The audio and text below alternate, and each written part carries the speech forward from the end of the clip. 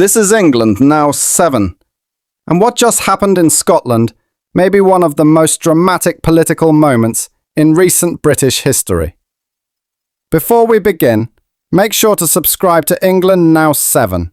Share your opinion freely, and if this report speaks to you, hit the like button and spread the truth. A political earthquake shook the nation on June 5th when voters in Hamilton, Larkhall and Stonehouse went to the polls in a by-election triggered by the passing of SNP MSPS Christina McKelvey. What followed was a stunning result that rattled the establishment and placed Reform UK in the national spotlight.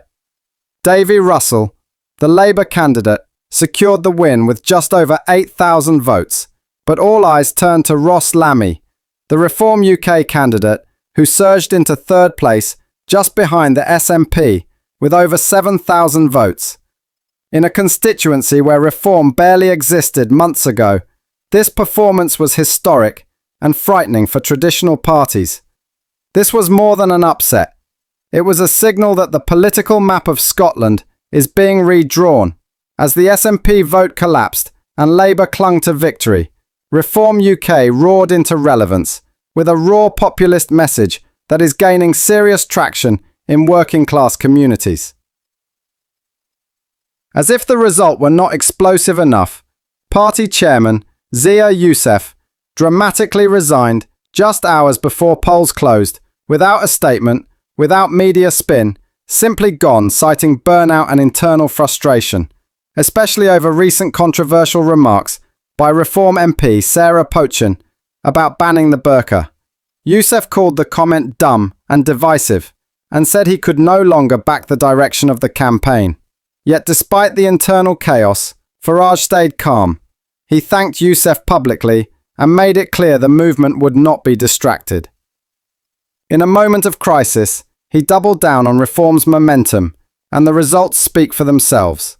From almost no presence to over 26% of the vote in a key Scottish battleground, Reform UK has shown that it is not just a protest party, it is a rising force across the UK.